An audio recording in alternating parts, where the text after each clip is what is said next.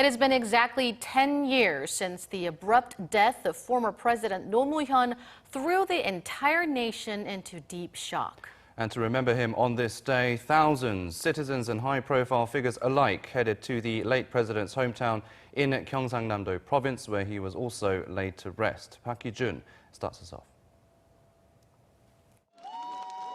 Thousands gathered at Ponga village in Gyeongsangnam-do province to commemorate the 10th anniversary of the passing of former South Korean President Roh Moo-hyun. Thursday's memorial was attended by political leaders, including Prime Minister Lee Nak-yeon and National Assembly Speaker Moon Hee-sang. U.S. President George W. Bush also delivered a eulogy at the ceremony, where he described his then counterpart as a kind but strong leader. It was the first time a former U.S. leader attended a memorial for a former South Korean president. Bush also gave a portrait of Roh to the late former leader's family, a portrait the former U.S. president had painted himself. I painted a man who respected the fundamental rights of all citizens. And today I pray that his vision for human rights in Korea will extend north across the border. I painted a strong leader who was not afraid to speak his mind, even to the President of the United States. A decade has passed since Roh's sudden death in 2009. He took his own life by jumping off a cliff, which came amid investigations over bribery allegations.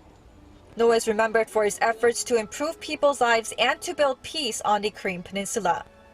He also endlessly tried to challenge the regionalism and authoritarianism rooted in the country. Such drives are still ongoing, as his vision is mirrored by now President Moon Jae-in, who was Roh's presidential chief of staff and longtime friend. I came here because I miss him. He was selfless and righteous. I think I liked him because he felt close, like a neighborhood brother.